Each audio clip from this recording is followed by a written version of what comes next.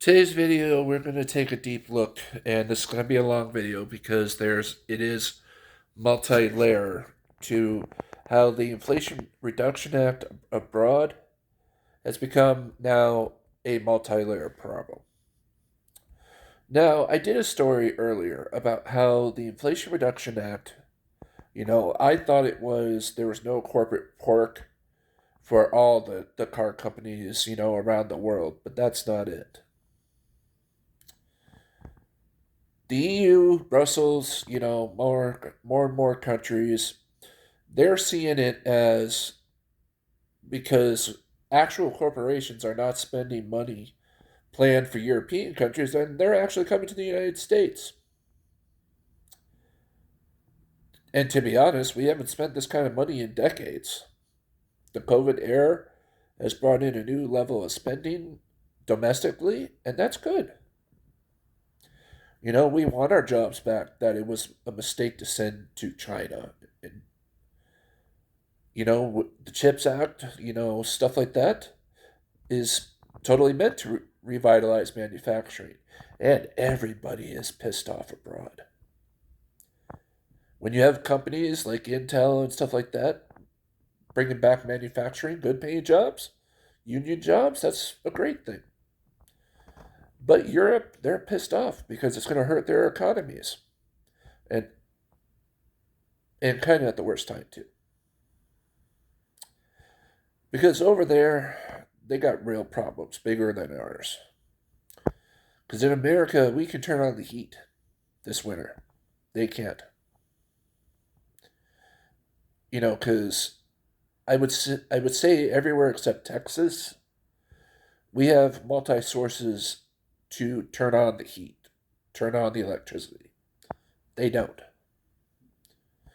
So, because of the continuing war in Ukraine, the poorer countries in Europe that relied on Russian oil have decided to go to America. And American companies, much like they have done to us Americans, are price gouging European countries. Because, like what they did to Russian oil, there is a price cap on Russian oil. But to my knowledge, there is not a price cap on American oil. Go figure. And they want Biden to do something about that. But that would require legislation here abroad. Unless there's some type of international EU agreement that I'm not understanding, which would probably be beneficial.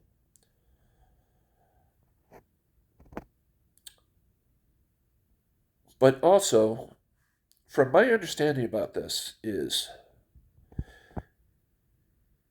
EU, Macron, all them, I think they think that American oil is nationalized, that government controls industry. So, force them to let us have it at cheaper rates. No. Our oil is a part of OPEC Plus. It's private industry. It's a multi-layered juggernaut, to be perfectly honest. We could. It would be a beautiful thing if we nationalized our oil. We've nationalized finance. I mean, look what we did with Freddie Mae and Fannie Mae and Freddie Mac. We put them into a conservatorship, which is pretty much close to nationalism. And that was at the height of the financial pandemic. Yes, I call it a financial pandemic because it was. So you got all these countries in Europe with so many problems. So guess what? They're pissed. And they're also pissed because they think America's profiting in another area too. Weapons. Yep, good old defense contractors are coming back to haunt us now. Because what's been a tool of, I'm going to say, immense help to the Ukrainian people, across the pond, they're going, wait a minute. America's providing all these weapons. Who's getting rich off of this?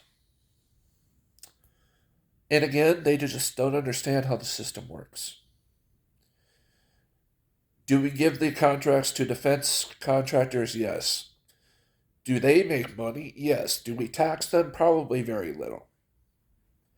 So we get our 15%, that's it. We're not making, the amount of money that Europe thinks we're making off this war.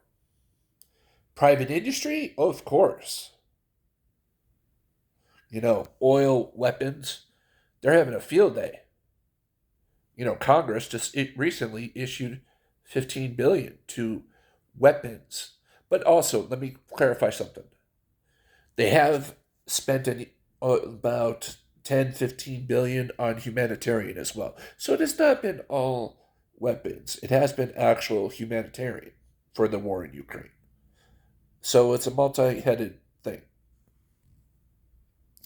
So the Europeans see, the Americans as spending all this money.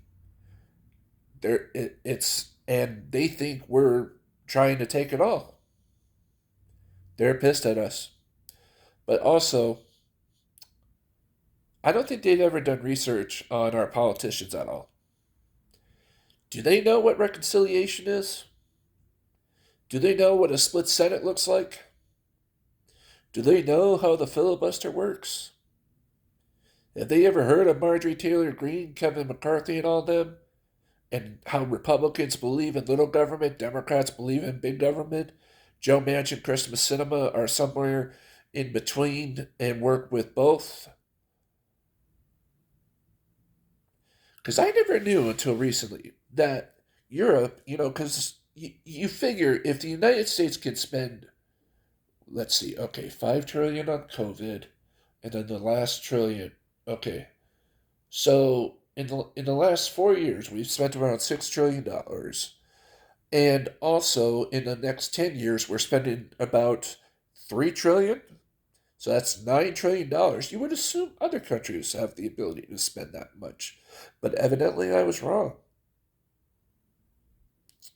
So lesson learned there. But at the heart of this is really the Inflation and Chips Act. Well, at least I think. Because I really do think that, yes, the price gouging issue has always been an issue. Because, they're fucking Americans, they're fucking people abroad. And the loophole in Dodd-Frank allows that to happen. But we could have calmed the storm if Joe Manchin would have wrote in the Inflation Reduction Act, or somebody would have made an amendment that said all the car companies that include Japan, Europe, South Korea can be a part. The people who buy from those dealerships can receive the $7,000, $500 credit, and the calm before the storm would be happening, I guess. Or maybe that's not the right saying, but basically what I'm trying to say is the status quo would still remain, and I guess this boiling pot wouldn't boil over now. It would boil down the road, maybe when the war in Ukraine is over.